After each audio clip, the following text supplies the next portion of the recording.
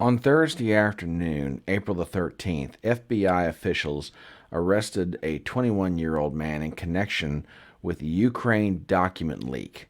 If you haven't heard about this scandal, it basically goes like this. Sometime in the month of March, or perhaps even as far back as January, classified Pentagon documents were leaked online, which, when they were revealed and finally circulated around the internet, had an absolutely devastating effect on U.S. planning and operations with regard to the Ukraine war. When the source of those documents and the contents thereof got out, the Pentagon, Ukraine, and other allies around the globe were scrambling to try to limit the damage. So an arrest has been made. But that begs a whole host of questions. Who is this person? What kind of documents are we talking about?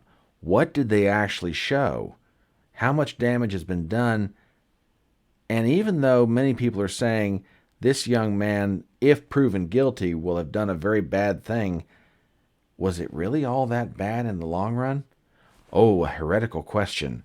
But when you understand why I'm asking it, it's going to make more sense. Let's get into all that right now.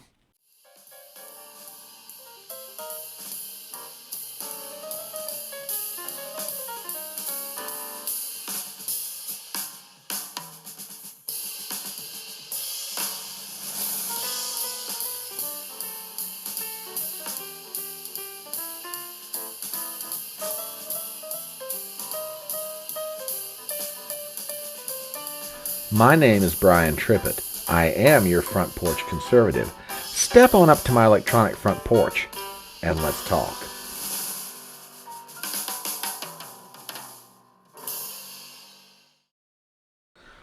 On Thursday afternoon, reports came out that FBI officials had made an arrest regarding the Ukraine document leak, a scandal that has absolutely set Washington on fire and is causing the White House, the Pentagon, the State Department, and other key agencies inside the federal government to scramble around and try and limit the damage. So we're going to start taking a look at the New York Times with the report of the arrest.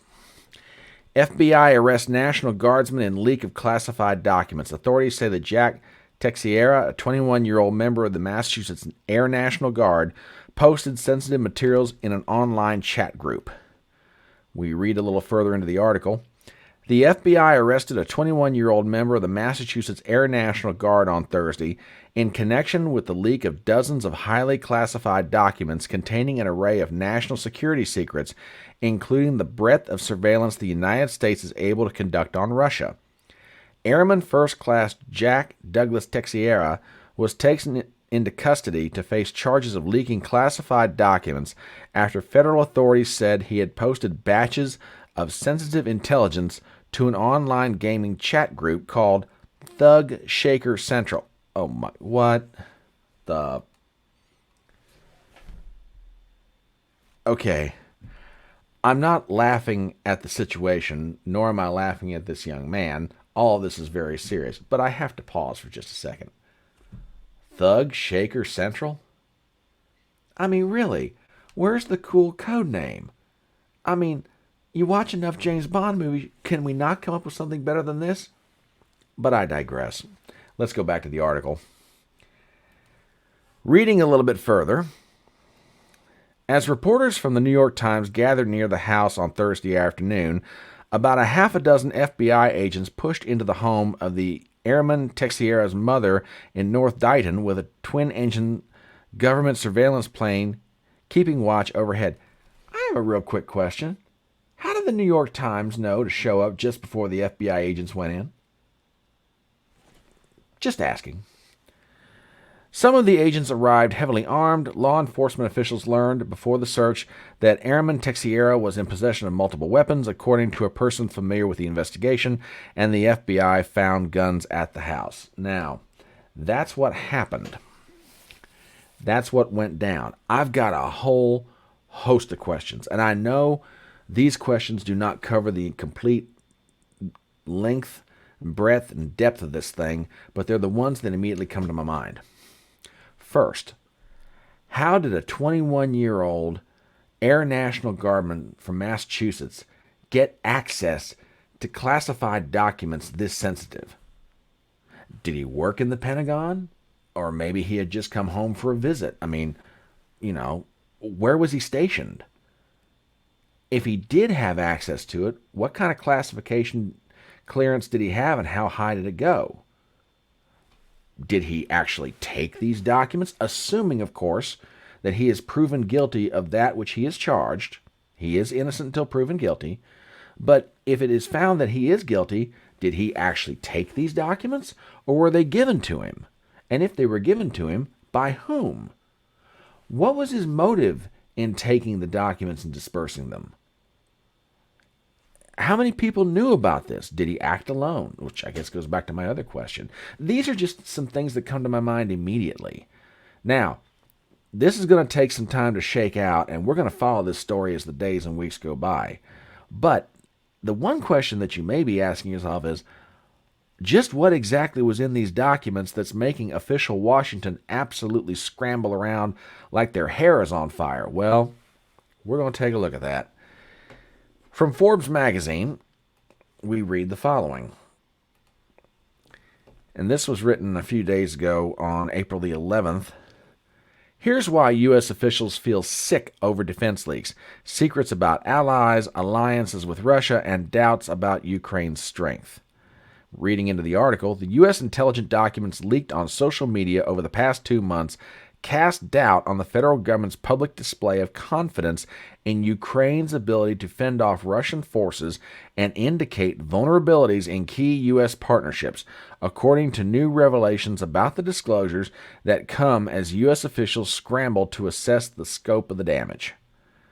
Going further into the article, Department of Defense officials have said the leaks, which include more than 100 military documents, some labeled top secret, posted to the Kremlin-linked Telegram app, Twitter, and video game chat platform Discord, among other social media channels, were larger in scale than they initially estimated, Politico reported on Monday, citing senior Pentagon officials. The U.S. has not revealed the source of the leaks or whether it expects more documents to surface, creating a sense of chaos and uncertainty within the Department of Defense, where one official told Politico, quote, "The mood is anger," and another said, quote, "I am sick to my stomach."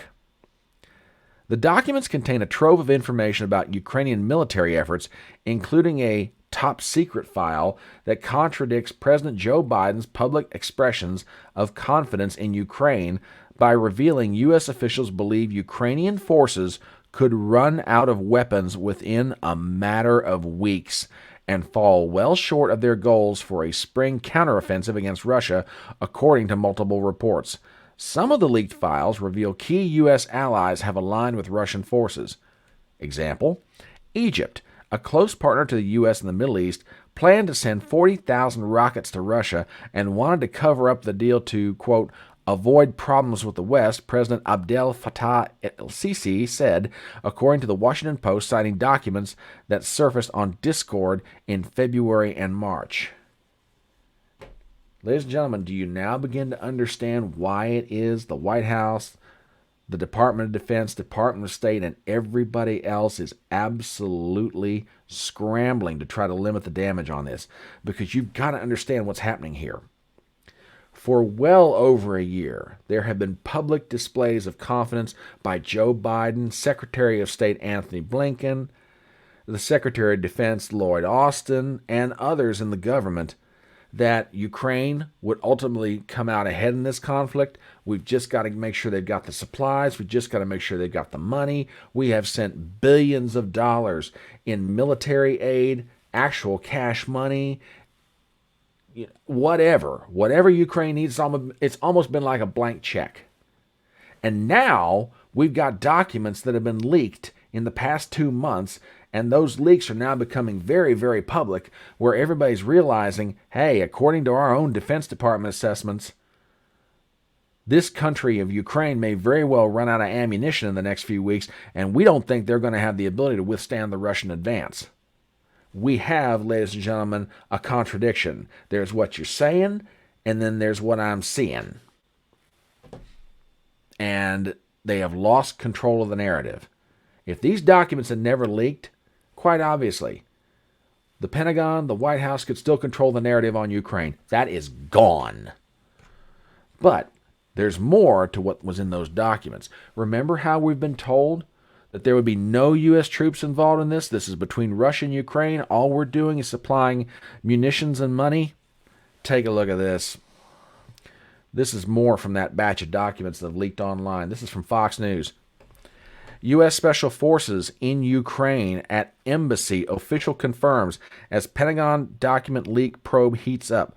White House National Security Council spokesman John Kirby speaks to Fox News about leaked classified documents, says Special Forces, quote, are not fighting on the battlefield. White House National Security Council spokesman John Kirby has revealed to Fox News on Wednesday that there is a, quote, small U.S. military presence at the U.S. Embassy in Ukraine. Kirby was asked about the leaked Pentagon documents suggesting there are U.S. Special Forces operating inside the war-torn country. Now listen to this next quote. Quote, I won't talk to the specifics of the number and the kind of thing, but to get to your exact question, there is a small U.S. military presence at the embassy in conjunction with the Defense's Attaché's office to help us work on accountability of the material that is going in and out of Ukraine, Kirby said, referencing the weapons and other support the U.S. has been sending to Kiev. They're attached to the embassy and to that defense attaché.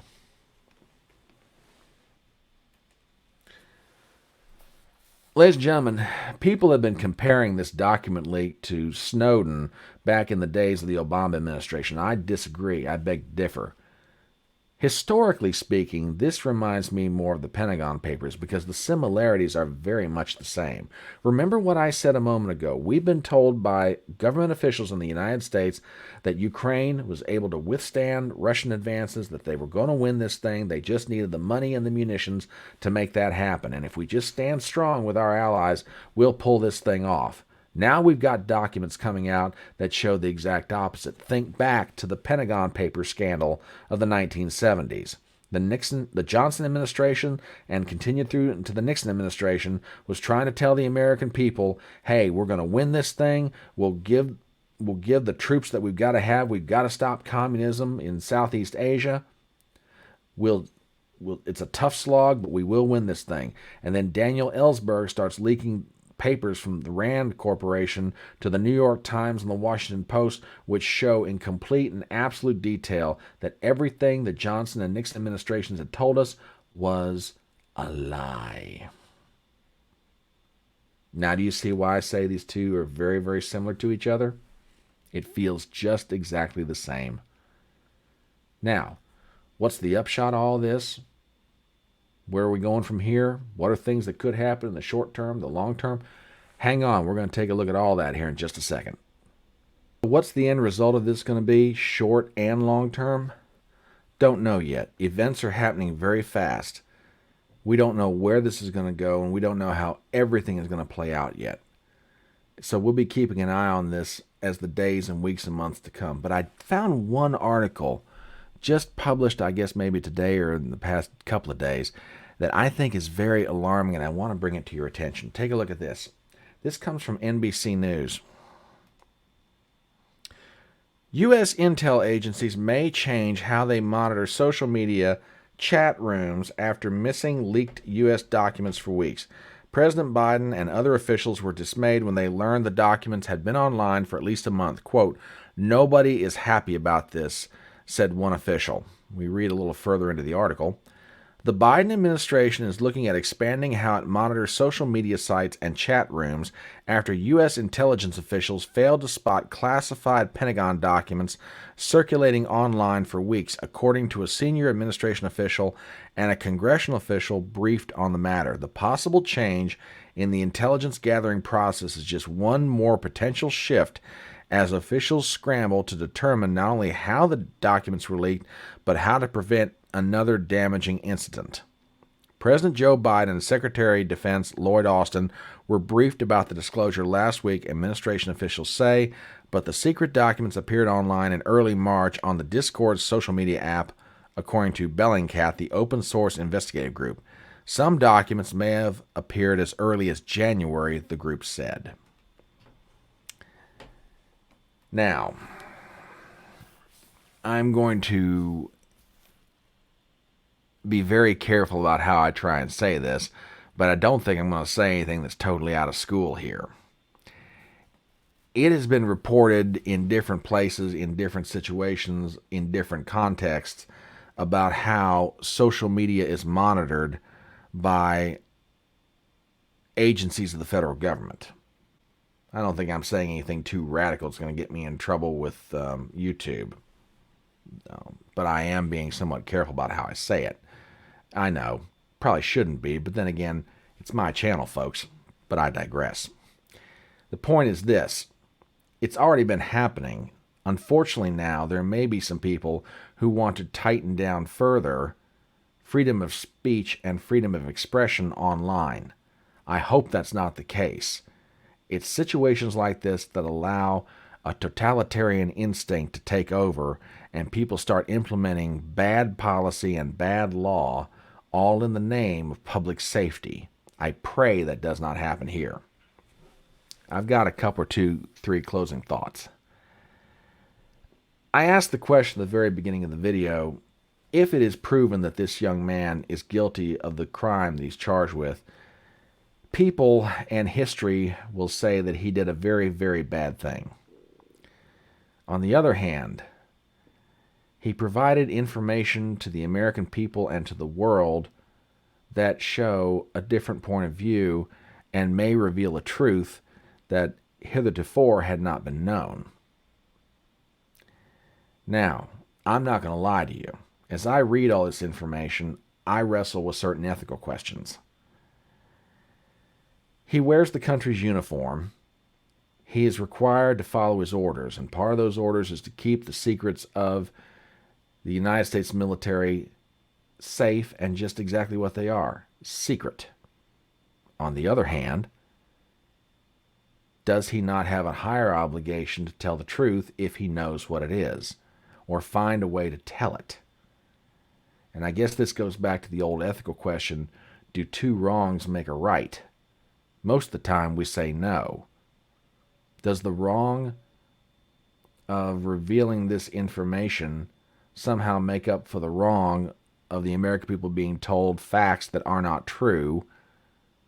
So does it all come out right in the end? Or maybe some wrongs, when they're put together with other wrongs, make higher rights. I don't know. I do know this. The American people have been told one thing for well over a year.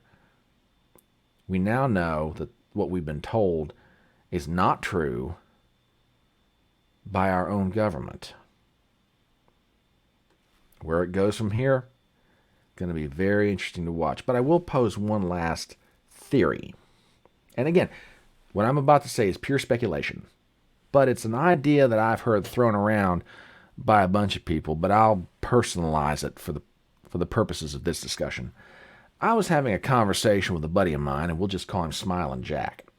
Smilin' Jack and I have been friends for years. And he posited a very interesting theory. What if these documents, in getting out, somehow give the U.S. government the excuse to back its way out of a very bad situation it's gotten into? In other words, U.S. intelligence and defense officials realize, okay, it doesn't matter how much in money or munitions we give Ukraine, they're not going to win. If they don't win, we're going to look like we have major egg on our face. Is the fact that these documents out there giving the Pentagon, the State Department, the White House the wiggle room to back out of this whole thing and save face? It's just a theory, but it's worth thinking about. Anyway, we're going to keep an eye on this as the days and weeks go by. I want to bring this information to you. And as we start to wrap this up, as always, if you're not a subscriber to the channel, please do so. Number 2, hit the notification bell. I want to make sure you're aware whenever new videos come up online. Number 3, if you have friends of yours that you think would enjoy this information, please feel free to share the video around. I'm a little one-man operation, and I'll take all the help I can get. And finally, please hit the thumbs up button. You would be amazed what that would do for a relatively new content creator. My name is Brian Trippett. I'm your front porch conservative, and I'll see you next time.